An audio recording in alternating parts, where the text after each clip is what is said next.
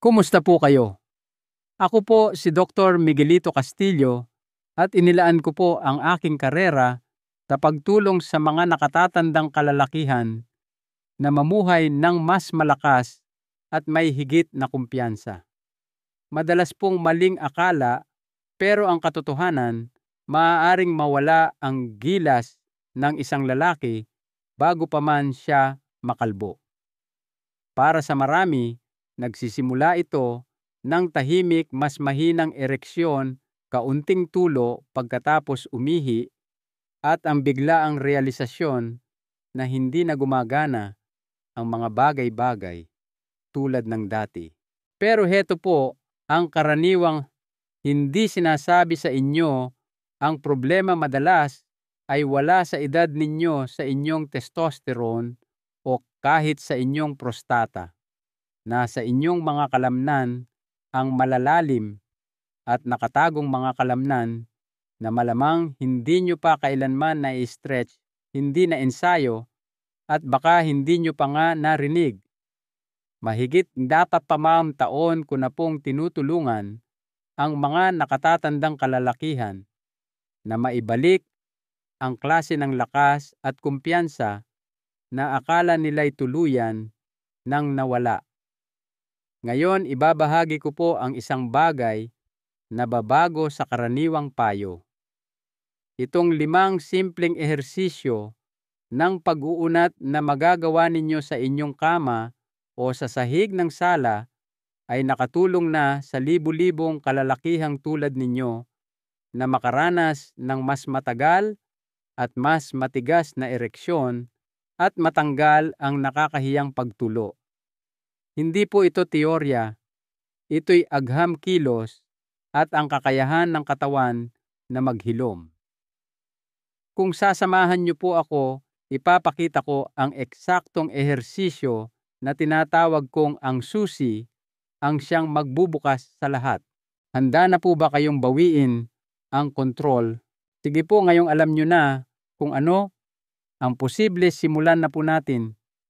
Uumpisahan natin sa unang ehersisyo at maniwala po kayo, mas mabisa ito kaysa sa itsura niya. Ang kilos na ito ay magsisimulang magtanggal ng paninigas sa inyong balakang, isa sa pinakamalaking lihim na sanhi ng mahinang ereksyon at di inaasahang pagtulo ng ihi.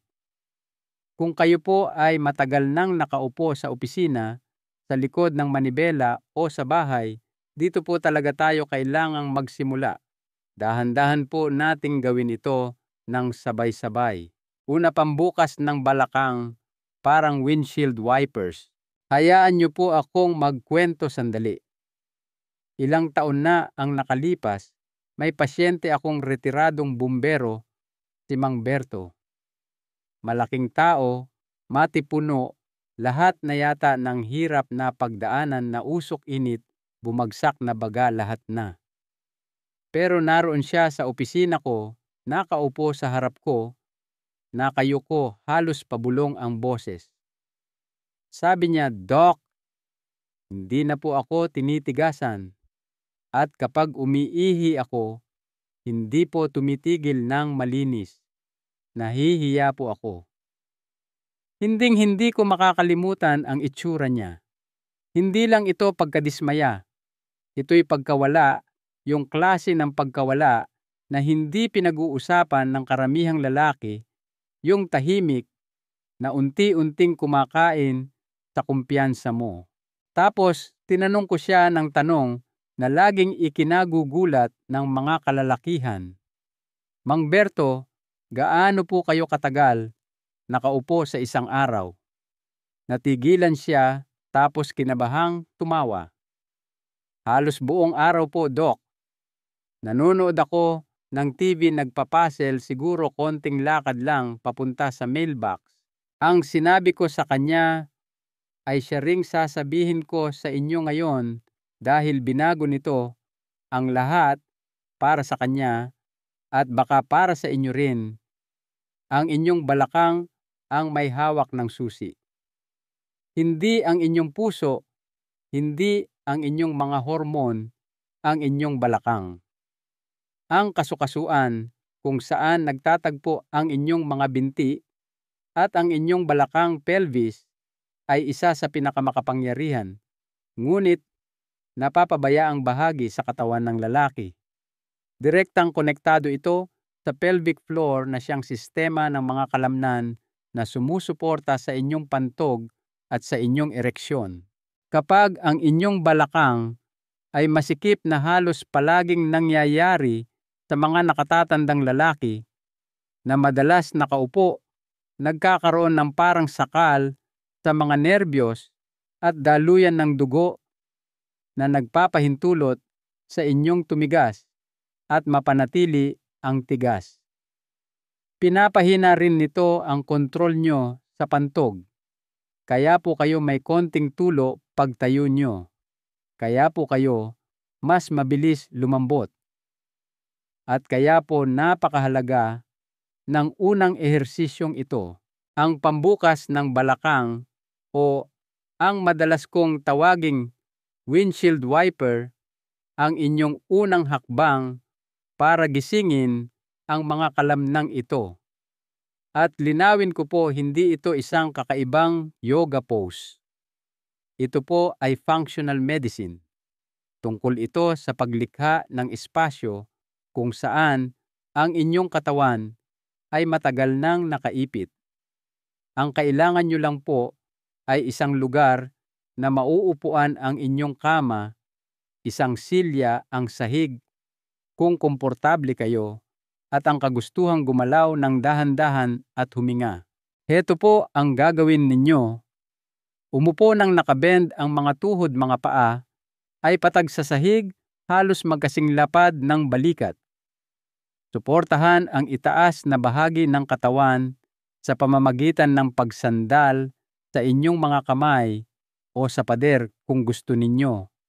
Ngayon, dahan-dahang hayaang bumagsak ang parehong tuhod sa isang tabi, parang mga windshield wiper na dumadaan sa maulang bintana. Huminto sandali, pagkatapos ay itaas muli at ibaba sa kabilang tabi. Ganun lang po. Pero huwag pong maliitin ang pagiging simple nito. Sa loob ng inyong balakang, libu-libong maliliit na pagsasaayos ang nangyayari.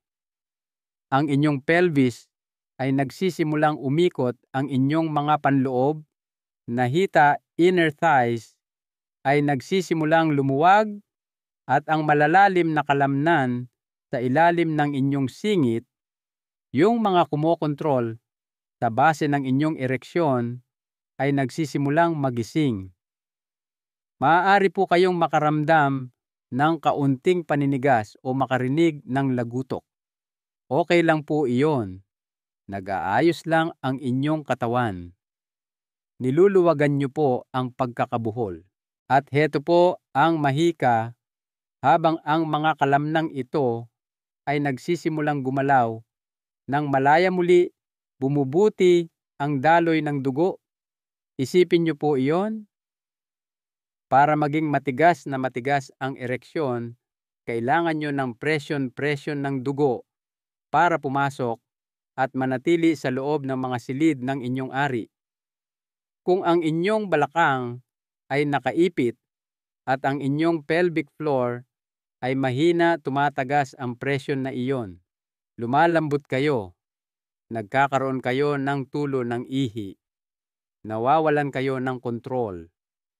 Pero kapag bumukas ang balakang at na-activate ang pelvic floor, ang buong ibabang bahagi ng inyong katawan ay nagsisimulang gumana sa paraang dapat nito, malakas, matatag, tumutugon. Ginawa ni Mang Berto ang ehersisyong ito tuwing umaga at gabi sa loob lamang ng 30 segundo bawat beses.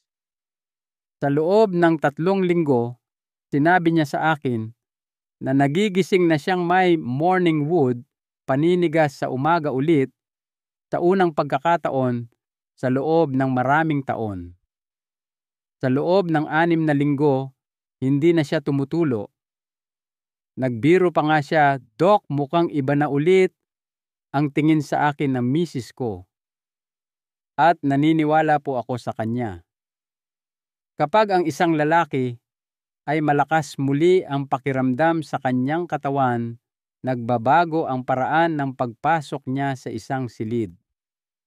Iba ang tindig ninyo kapag hindi kayo nag-aalala tungkol sa pagtatago ng pad o nag-iisip kung mabibigo na naman ba ngayong gabi.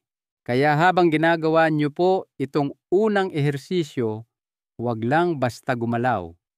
I-visualize niyo po kung ano ang nangyayari sa loob. Damhin ang dahan-dahang pagluwag ng mga kalamnan. Isipin ang mas malayang pagdaloy ng dugo, ang mas malakas na signal ng mga nerbiyos at ang pagbabalik ng kontrol sa inyong katawan. Hindi pa po kayo masyadong matanda para makaramdam na buhay ulit. Naaalala ng inyong katawan ang lakas. Tinutulungan lang natin itong maalala. Ngayon, dito po, ito lalong gaganda. Binuksan nyo na ang pinto gamit ang unang ehersisyong ito, pero sa likod ng pintong iyon ay may mas makapangyarihan pa. Ang susunod na kilos na ipapakita ko ay hindi lang nagpapaluwag ng kalamnan. Direkta nitong ina-activate ang pinakasentro ng inyong pelvic floor. Ito ang ehersisyo na nagtitrigger ng chain reaction sa buong ibabang bahagi ng inyong katawan na naglalatag ng pundasyon para sa mas matitigas na ereksyon at pantog na hindi tumatagas kapag kailangan. Karamihan sa mga lalaki ay nilalaktawan ito at malaking pagkakamali iyon. Manatili po kayo sa akin at ipapakita ko kung paano ito gawin ng tama. Ituloy na po natin. Ikalawa, cobra stretch, pampagising ng pelvic floor. Ilang taon na ang nakalipas, ginamot ko ang isang lalaking nagngangalang Mang Andres.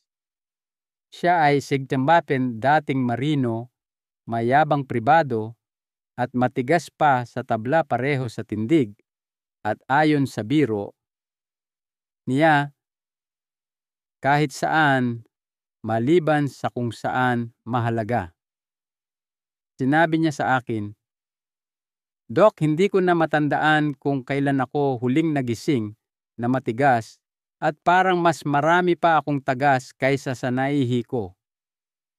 Nakita ko sa kanya yung hitsura na nakita ko na nanana sa napakaraming lalaki, isang halo ng pagkadismaya at tahimik na kahihiyan. Yung ganoong bagay, unti-unti kang kinakain. Hindi lang ito tungkol sa sex o control, tungkol ito sa dignidad. Kaya tinanong ko siya ng tanong na tinatanong ko sa karamihan ng aking mga pasyente. Kailan po kayo huling nag-unat ng inyong tiyan? Tinaas niya ang isang kilay na para bang tinanong ko siya ng isang kabaliwan. Pero seryosong-seryoso po ako. Nakikita niyo po ang mga kalamnan sa inyong ibabang bahagi ng tiyan sa ilalim mismo ng pusod ay umiikot at kumokonekta sa pelvic floor.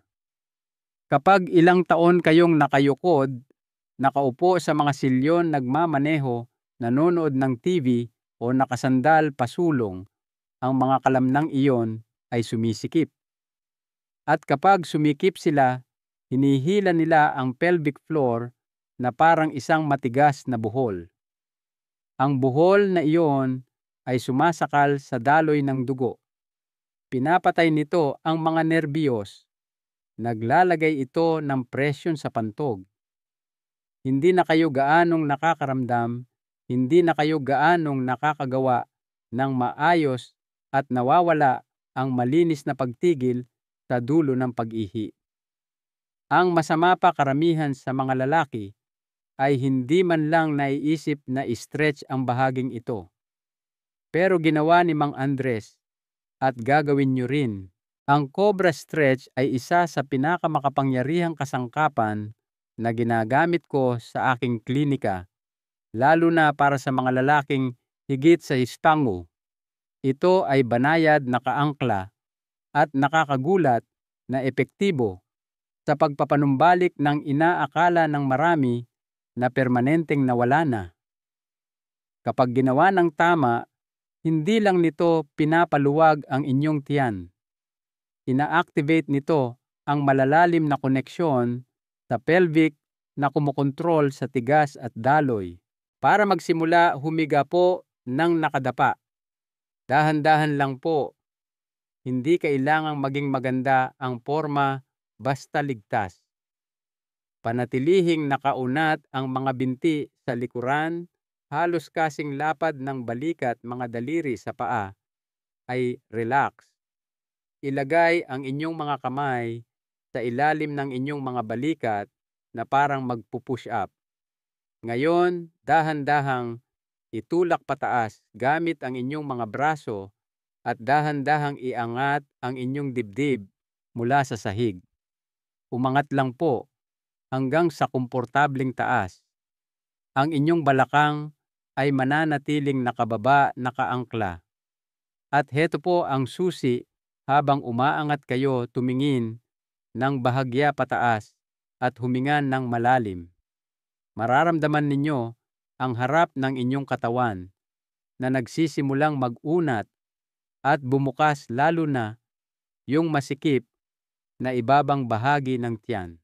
Ang nangyayari dito ay hindi lang pang-ibabaw. Habang umaangat kayo, ini-stretch nyo ang fascia, mga kalamnan at connective tissue na mula sa inyong mga tadyang pababa sa inyong buto sa may-ari pubic bone. At sa ilalim mismo niyan ay kung saan nangyayari ang mahika. Ang mga daluyan ng dugo na nagpapakain sa ari, ang mga nerbiyos na kumokontrol sa pakiramdam, at ang pelvic sling na sumusuporta sa inyong pantog.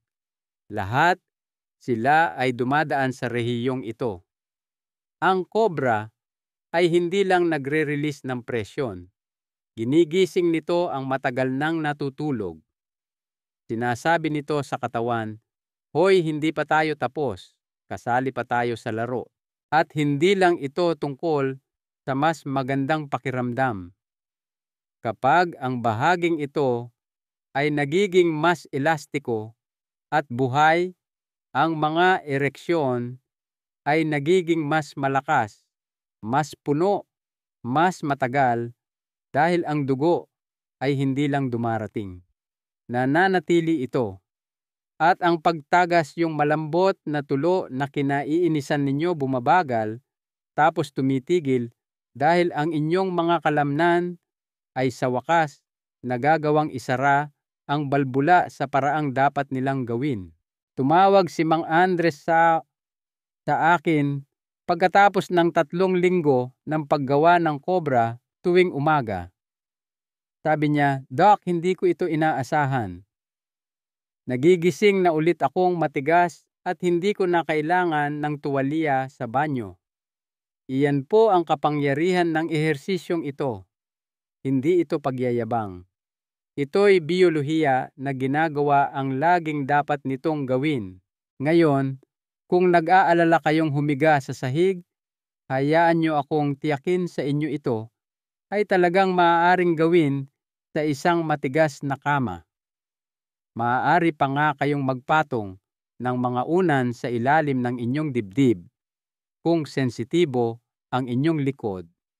Ang punto ay hindi kung gaano kataas ang inyong iangat. Ang punto ay huminga kayo at maramdaman ang pagbukas ng harap ng inyong katawan. Ulitin ko po, dahan-dahan lang manatili rito, hayaan ang ehersisyo ang gumawa ng trabaho. At habang ito ay banayad, huwag po ninyong maliitin. Nakita ko na itong nagpaalab muli hindi lang ng mga ereksyon, kundi pati ng kumpiyansa. Nakita ko ang mga lalaking naglakad ng iba, nagsalita ng mas matatag kahit na muling kumonekta sa mga partner na akala ay sarado na ang kabanatang iyon. Ang ehersisyong ito ay tungkol sa pagbawi ng espasyo sa inyong sariling katawan, at ang ganoong klase ng espasyo, ganoong klase ng kalayaan ay umaalon sa bawat bahagi ng buhay ng isang lalaki. Pero nagsisimula pa lang po tayo. Dahil ang susunod na ehersisyo ay hindi lang kayo pinapaluwag. Pumapasok ito sa pinakamalalim na bahagi ng inyong singit. Ito ay isang pabilog na kilos na gumigising sa mga bagay-bagay, parang paglalagay ng langis sa isang kinakalawang na makina. At baka ito na ang ehersisyo na magpaparamdam sa inyong 20 taong mas bata dyan sa ibaba. Huwag po kayong aalis. Gugustuhin niyong mamaramdaman ito. Ikatlo, halo-halo, stir the pot, pampaluwag ng singit.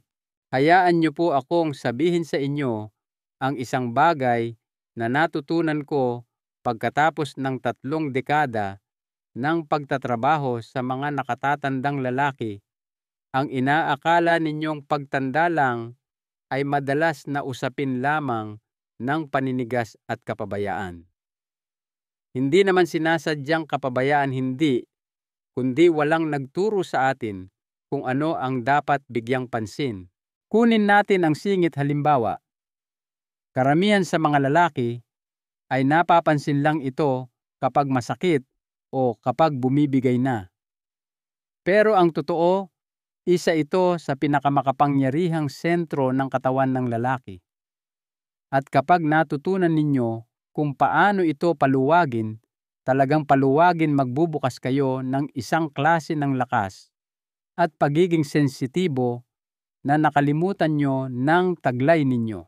Minsan ay nagtrabaho ako kasama ang isang lalaking nagngangalang Mang Carlos 72, diborsyado, dating mekaniko ng kotse. Tahimik siya, magalang, pero halatang bigo. "Dok," sabi niya sa akin isang araw, parang umaandar pa ang makina pero nawalan na ng kuryente sa mga gulong. Ang ibig niyang sabihin, siyempre, may pagnanasa pa siya, may gana pa, pero wala na ang pisikal na tugon. Bukod pa roon, nagsimula na siyang tumulo ng kaunti kapag umuubo o masyadong mabilis tumayo. At sa kanyang mga salita, pinapatay nito ang natitira ko pang kumpiyansa. Si Mang Carlos ay hindi pa kailanman nag-stretch sa buong buhay niya. Masikip ang kanyang balakang, matigas ang ibabang likod, at nang tanungin ko tungkol sa kanyang mga panloob na hita, inner thighs, kumurap lang siya. Doon ko ipinakilala sa kanya ang ehersisyong ito, ang halo-halo, stir the pot. Mukhang simple, pero isa ito sa pinaka-epektibong kasangkapan natin para buksan ang singit, ang mismong lugar kung saan nagsasalubong ang daloy ng dugo, mga signal ng nerbiyos at kontrol ng kalamnan para sa ereksyon at pag-ihi. Para magsimula, humiga po ng nakatihaya, mga tuhod ay nakabend, at dahan-dahang ilapit ang mga ito sa inyong dibdib. Yakapin ng inyong mga braso ang labas ng inyong mga tuhod at dahan-dahang simulan itong igalaw sa isang malapad na pabilog na kilos. Isipin niyo pong naghahalo kayo ng isang malaking kaldero gamit ang inyong mga tuhod, malapad, dahan-dahan at makinis. Ang ginagawa niyo po rito ay hindi lang paggalaw ng inyong mga binti. Ini-stretch nyo ang mga aduktor, ang mga kalamnan sa panloob na hita na direktang nakakabit sa inyong pelvis at nakakaimpluwensya sa pelvic floor. Kapag masikip ang mga kalamnang iyon, nililimitahan nila ang kilos, pinipigilan ang daloy ng dugo at naglalagay ng presyon sa inyong pantog at mga tissue para sa ereksyon. Pero habang gumagalaw kayo ng pabilog, may magandang nagsisimulang mangyari. Ang malalim na tensyon sa inyong singit ay nagsisimulang matunaw. Yung hila na hindi nyo man lang alam na naroon ay nagsisimulang gumaan. At habang gumagalaw kayo, ang dugo ay nagsisimulang dumaloy ng mas malaya, hindi lang kahit saan, kundi sa eksaktong mga lugar na sumusuporta sa tigas at kontrol. Pinalalambot ng ehersisyo ang mga panloob na pader ng pelvis at lumilikha ng espasyo para lumawak ang mga daluyan ng dugo para magising ang mga nerbiyos. At para sa isang lalaking tulad ni Mang Carlos, iyon ang unang pagkakataon sa loob ng maraming taon na may naramdaman siyang bumalik. Pagkatapos ng halos 2 linggo ng araw-araw na pagsasanay, sinabi sa akin ni Mang Carlos na mas buhay na ang pakiramdam niya sa kanyang singit. Pagsapit ng 3 linggo, hindi na niya kailangang magsuot ng dagdag na proteksyon sa kanyang salawal. At isang araw, pumasok siya sa aking opisina at sinabing, "Dok, ayokong mausog pero nagising akong matigas. Ilang taon ko nang hindi nasabi iyan." At naniwala po ako sa kanya dahil palagi ko itong nakikita. May malalim na koneksyon sa pagitan ng kung paano tayo gumagalaw at kung paano tayo gumaganap. At ang ehersisyong ito ay higit pa sa kilos. Ito ay tungkol sa pagkakakilanlan. Ito ay tungkol sa pagpapaalala sa katawan na hindi pa kayo tapos na ang lakas, tigas at kontrol ay sa inyo pa rin nakabaon lang sa ilalim ng kaunting kalawang. Ngayon, ilang mga tip po.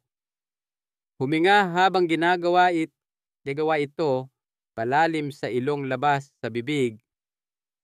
Habang ginagalaw ang inyong mga tuhod, hayaang sumunod ng natural ang inyong balakang. Kung mas malapad ang bilog, mas malalim ang pagluwag. Huwag pong pilitin. Hayaang gabayan ng inyong katawan ang kilos. Ang ilang lalaki ay nakakaramdam ng mainit na sensasyon sa singit, mabuti po iyon. Ang ilan ay medyo nagiging emosyonal, mabuti rin po iyon. Hayaan lang po. Ito po ay paghilom. Ito po kayo na bumabalik sa inyong sarili. Ang halo-halo ay parang paglalagay ng langis sa isang tuyong makina. Hindi nyo po pinipilit ang pagganap. Inihahanda nyo ito, binibigyan daan. At sa paglipas ng panahon, nagsisimula itong bumalik. Mapapansin nyo ang mas matigas na morning wood. Mas matagal kayo bago pumunta sa banyo. At higit sa lahat, magsisimula kayong magtiwala muli sa inyong katawan. Ang tiwalang iyon po ang lahat. Kaya kung kayo po ay nakakaramdam ng pagiging disconnected manhid o hindi lang parang sarili ninyo diyan sa ibaba, ang ehersisyong ito ang inyong tulay pabalik. At hindi ito tungkol sa perfection. Ito ay tungkol sa pagiging consistent. 40 segundo lang po sa isang araw. At sisimulan niyong ibalik sa dati ang isa sa pinakamahalagang sistema sa inyong katawan. Pero teka lang po, dahil ang susunod ay kung saan magsisimulang lumalim ang mga bagay-bagay literal. Ang susunod na ehersisyo ay hihilahin kayo ng mas malalim sa pelvic floor kaysa sa anumang nagawa natin sa ngayon. Tinatarget nito ang mismong mga kalamnan na bumubuo sa base ng inyong core, mga kalamnan na responsable para sa kontrol ng inyong pantog, lakas ng inyong orgasmo at kakayahang mapanatili ang ereksyon nang hindi masyadong mabilis manghina. Ito po ay tumatama kung saan mahalaga. Huwag po kayong aalis. Gugustuhin niyong maramdaman ang susunod na ehersisyong ito mula sa loob palabas. Ikaapat, tuhod sa dibdib, pampanumbalik sigla ng pantog. Mayroong isang bagay na lubos na nagpapababa ng loob sa sandaling aminin ng isang lalaki na hindi na niya kontrolado ang sarili niyang katawan. Naaalala ko ang isang partikular na pasyente, si Mang Jorge 69, isang retiradong trooper ng truck.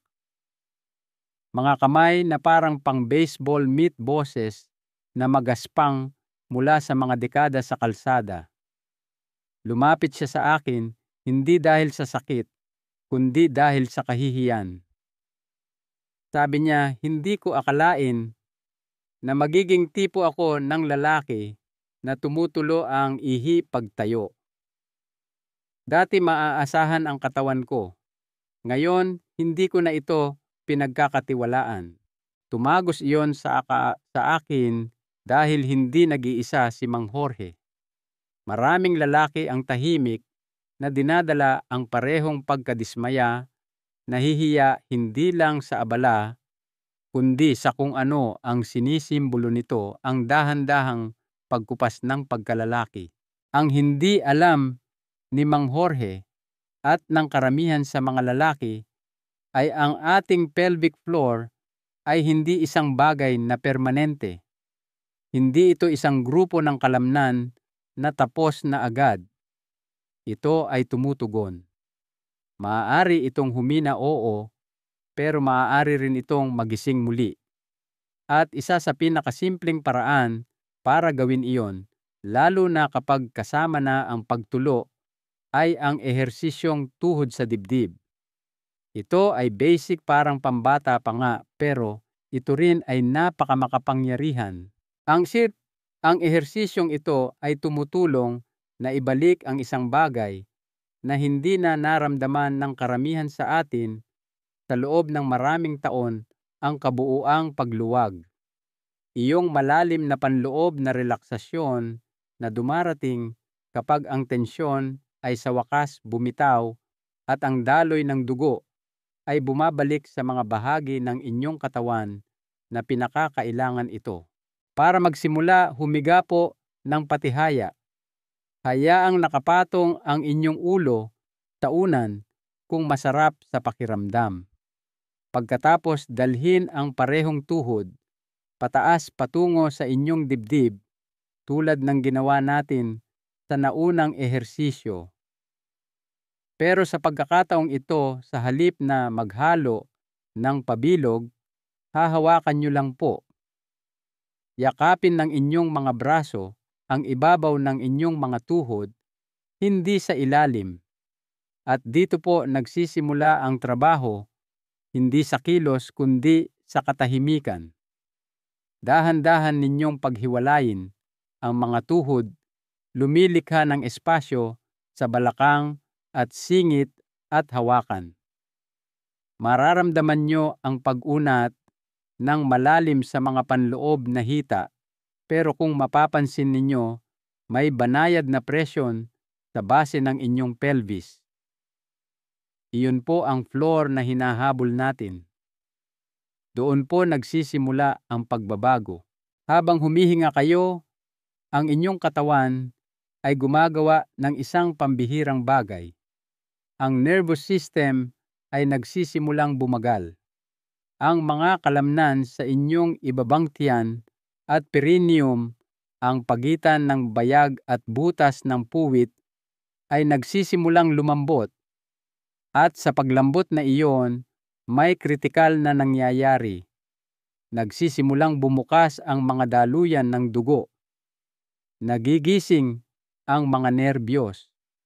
Ang mga tisyu na responsable sa pagpapanatili ng ereksyon, yung mga silid na kailangang lumawak at humawak ng presyon, ay sa wakas nakakakuha ng sirkulasyon na matagal na nilang hinahanap.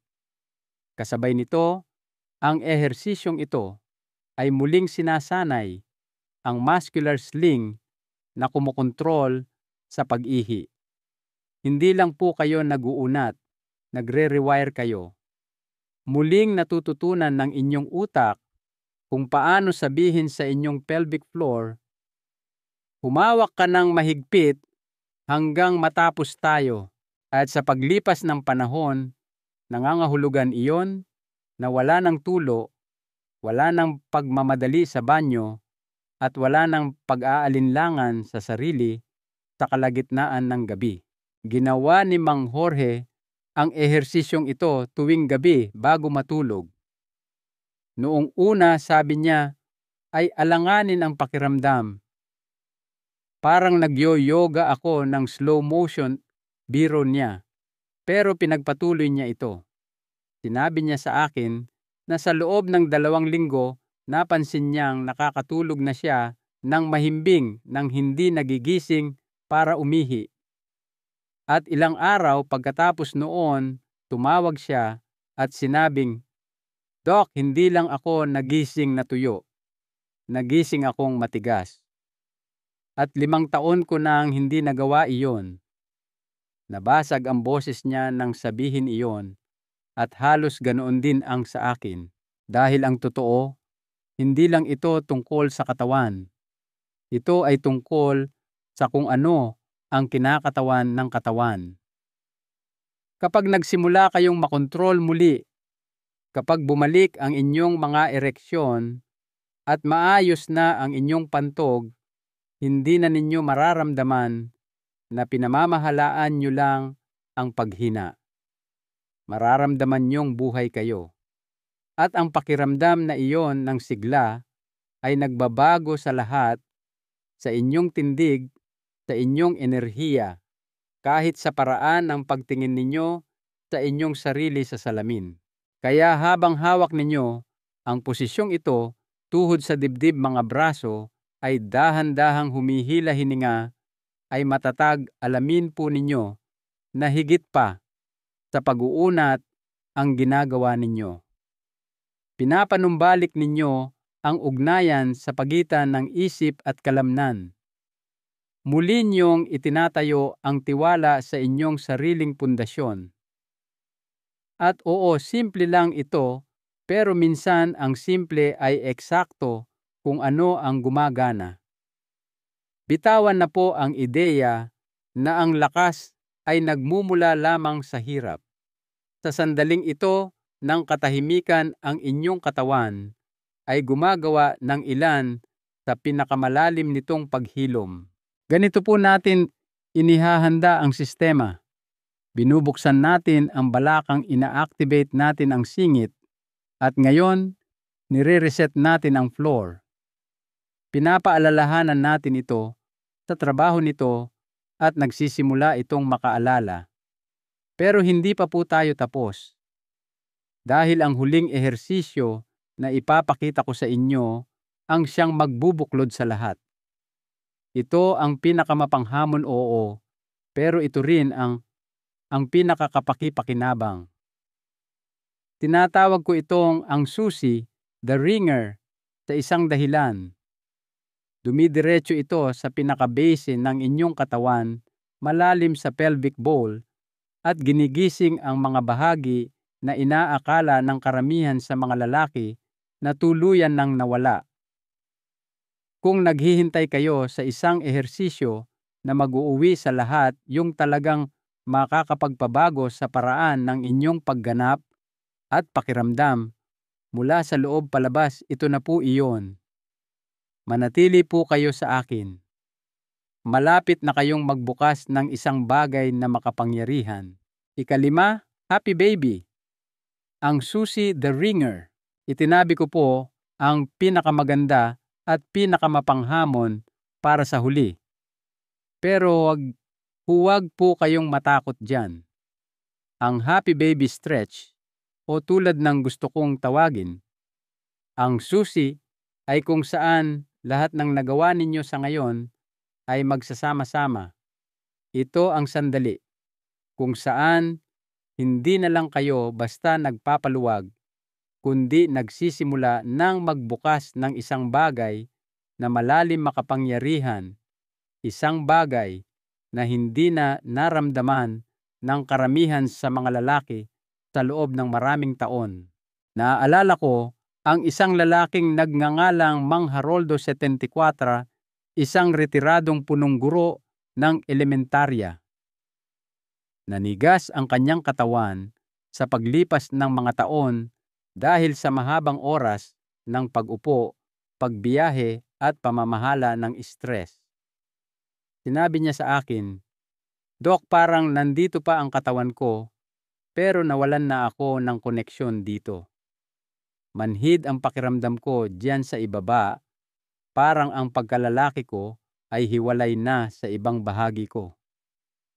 Tumimo sa akin ang komentong iyon dahil hindi ito tungkol sa sex. Ito ay tungkol sa pagkakakilanlan, kumpiyansa, koneksyon. Kaya itinuro ko sa kanya itong huling ehersisyo at ang pagbabagong nasaksihan ko kay Mang Haroldo pisikal at emosyonal ay talagang kapansin-pansin. Ang Happy Baby ay hindi katulad ng ibang mga kilos. Hindi lang ito isang stretch. Ito ay isang pagbubukas ng buong katawan na umaabot hanggang sa pinaka-base ng pelvis na nag-a-activate sa mismong ugat ng inyong sexual at urinaryong paggana. Kapag ginawa ng tama at palagian, ibinabalik nito ang espasyo, pakiramdam at lakas sa mga lugar na pinakakailangan ninyo. Magsisimula po kayo sa pamamagitan ng paghiga ng nakatihaya.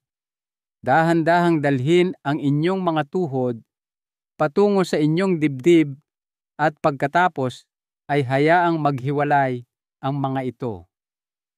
Mula roon abutin ng inyong mga kamay ang loob ng inyong mga hita at hawakan ang mga panlabas na gilid ng inyong mga paa.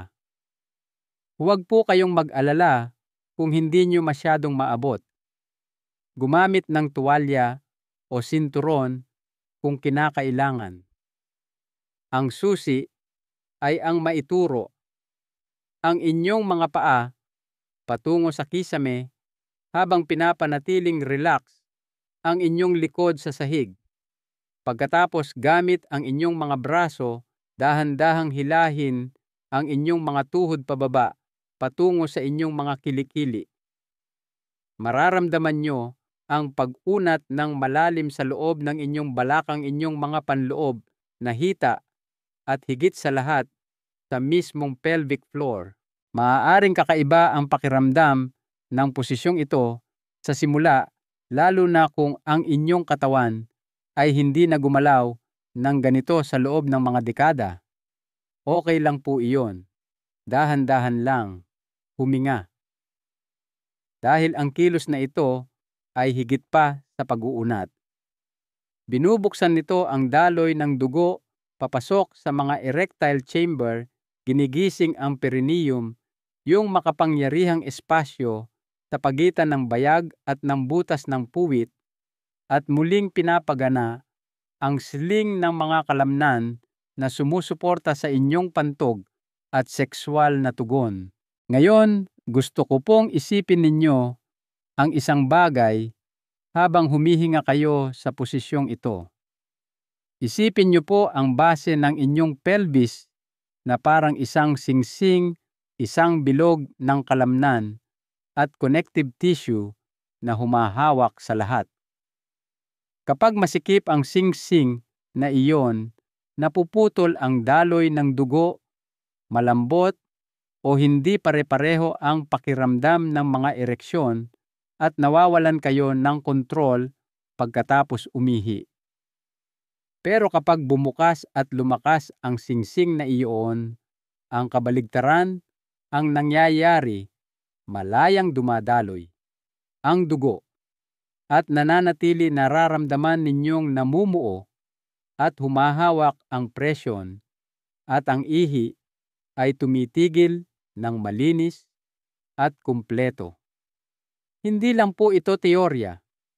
Ito ang paulit-ulit kong nakikita sa mga lalaking nagbibigay sa ehersisyong ito ng respeto at pagiging consistent na nararapat dito. Ginawa ni Mang Haroldo ang Happy Baby tuwing gabi bago matulog. Noong una, mahirap. Nanginginig ang kanyang balakang, sumasakit ang kanyang singit. Pero pinaalalahanan ko siya, ang paghilom ay hindi palaging komportable. Ito ay kilos na may layunin. Sa loob ng 3 linggo, sinabi niya sa akin na parang may nag-switch on sa loob ng kanyang katawan. Hindi lang siya nagkakaroon ng mas matitigas na ereksyon, mas mabilis niya itong nakukuha ng may kaunting hirap. Ang pagtagas na tahimik niyang tiniis sa loob ng maraming taon, nawala. Pero ang talagang tumatak sa akin ay ang araw na sinabi niyang hindi na ako manhid, parang ako na ulit. Iyan po ang klase ng pagbabago na maaaring dalhin ng huling ehersisyong ito. Maaari kayong makaramdam ng pagiging vulnerable sa posisyong ito. Maaari kayong makaramdam ng pagtutol. Normal lang po iyon. Ang ehersisyong ito ay binubuksan kayo mula sa mismong lugar kung saan tayo bilang mga lalaki ay may tendensyang protektahan at pag-ipunan ng tensyon. Pero iyon din ang dahilan kung bakit ito gumagana. Pinipilit kayo nitong mag-release at sa pag-release na iyon, bumabalik ang lakas. Manatili po kayo rito kahit hindi perpekto, kahit na alanganin ang pakiramdam. Nakikinig po ang inyong katawan. Bawat segundo na ginugugol ninyo sa ehersisyong ito, muli niyong pinapagana ang eksaktong mga istruktura na kumokontrol kung gaano kalakas, gaano katigas, at gaano katagal ang inyong mga ereksyon at kung tatapusin ng inyong pantog ang trabaho nang hindi kayo nababasa o nag-aalala. Ngayong napagdaanan na natin ang lahat ng 5 ehersisyo, maaaring nararamdaman nyo na ang pagbabago. Baka mas maluwag na ang inyong balakang, baka mas magaan ang inyong core, baka meron pa ngang pakiramdam ng init o enerhiya na namumuo sa inyong ibabang katawan na matagal nang wala roon. Iyan po ang simula. Yan po ang pag-alala ng inyong katawan. Pero itong 5 ehersisyong ito ay simula pa lamang. Konklusyon, kung umabot po kayo hanggang dito, nais ko pong maglaan ng sandali para kausapin kayo hindi lang bilang isang doktor, kundi bilang isang kapwa lalaki na nakakaunawa kung ano ang ibig sabihin ng pakiramdam na parang unti-unting nawawala ang inyong katawan. Ang totoo po, karamihan sa atin ay hindi kailanman naturuan kung paano alagaan ang mga mas malalim na bahaging ito ng ating sarili. Tinuruan tayong maging matigas, lumaban manahimik. Pero walang nagbigay sa atin ng mapa kung ano ang gagawin kapag nagsisimulang manghina ang lakas mula sa mga lugar na akala natin ay palaging magiging malakas ang ating pantog, ang ating mga ereksyon, ang ating dangal. Ang katahimikang iyon, masyadong malaki ang naging kapalit para sa napakaraming lalaki. At iyan po ang dahilan kung bakit ko ginawa ang gabay na ito, hindi lang para bigyan kayo ng mga ehersisyo, kundi para ibalik sa inyo ang isang bagay na baka hindi nyo namalayang nawala ang pagmamay-ari sa inyong sariling katawan. Balikan po natin nang mabilis ang inyong nagawa rito.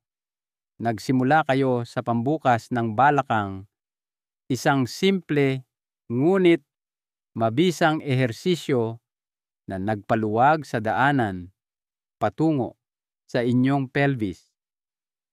Ang kilos na iyon pa lang ay nagsimula na sa proseso ng pagpapanumbalik ng daloy ng dugo at pag-release ng presyon kung saan ito tahimik na naipon sa loob ng maraming taon.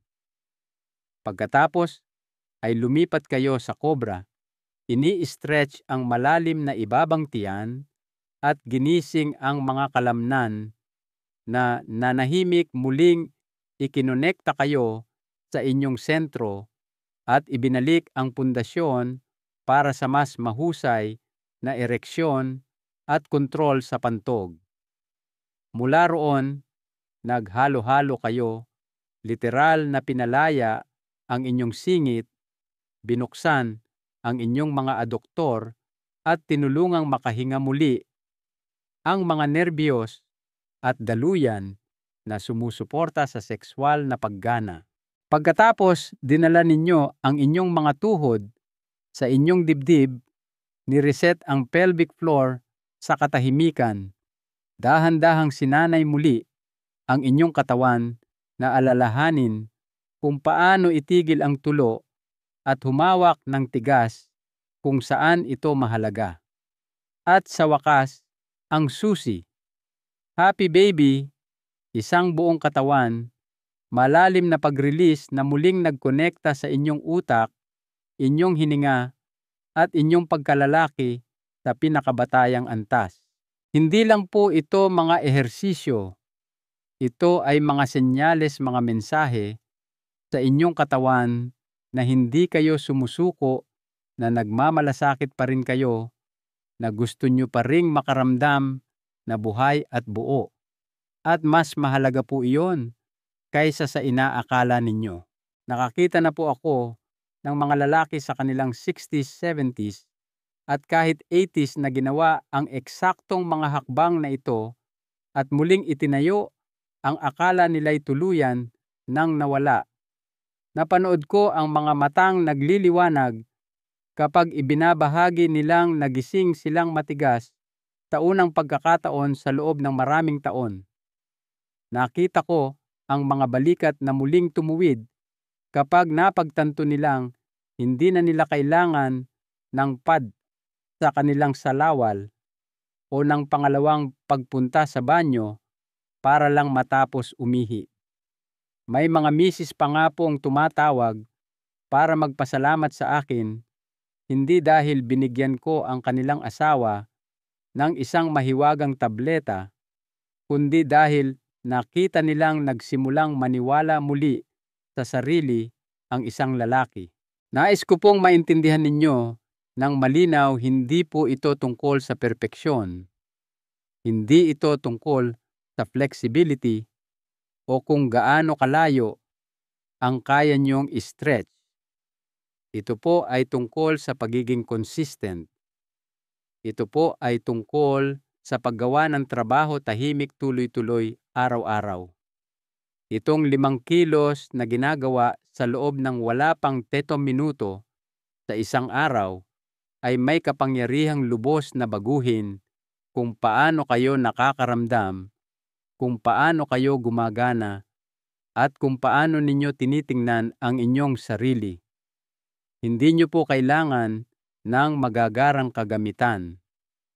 Hindi nyo kailangan ng sinumang nanonood.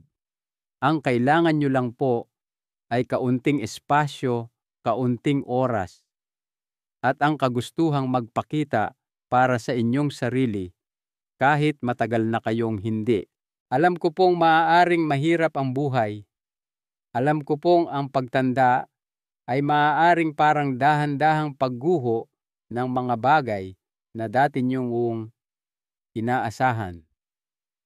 Pero alam ko rin po ito, hindi pa huli para simulan ang pagbabago. Tumutugon pa rin po ang inyong mga kalamnan. Naaalala pa rin ng inyong mga nerbiyos. Naghihintay ang inyong mga daluyan ng dugo ng pahintulot na bumukas at dumaloy muli. Hindi po kayo sira. Hindi pa po kayo tapos. Inaanyayahan lang po kayong muling kumonekta sa bahagi ng inyong sarili na hindi kailanman nawala, natutulog lamang. Kaya heto po ang hihilingin ko sa inyo, magsimula po kayo ngayon. Mag-commit sa 7 araw ng 5 ehersisyong ito. Bigyan ang inyong katawan ng pagkakataong tumugon. Panoorin kung ano ang mangyayari. Pansinin ang maliliit na bagay, ang tigas ang kumpiyansa, ang ginhawa sa inyong sariling balat. At kapag nagawa nyo na paalalahanan ang inyong sarili, hindi ito galing sa isang bote o sa isang operasyon. Galing po ito sa inyo sa oras na inilaan ninyo sa pangangalagang ibinigay ninyo. Iyan po ang tunay na lakas. Iyan po ang pangmatagalang pagbabago. Isang huling kaisipan mula kay Dr. Castillo, isa po sa pinakamahalagang aral na natutunan ko bilang isang doktor at bilang isang tao lamang ay ang katawan ay may pambihirang kakayahan para sa paghilom at pagpapanibago, higit pa sa pinaniniwalaan ng marami sa atin na posible lalo na habang tayo ay tumatanda. Hindi po ito tungkol sa pagbabalik ng orasan para maging mas batang bersyon ng inyong sarili, kundi tungkol sa pagiging pinakamalakas, pinakamalusog, at pinakamasiglang bersyon ng inyong sarili ngayon. Ang tunay na sigla ay hindi tungkol sa kawalan ng mga hamon.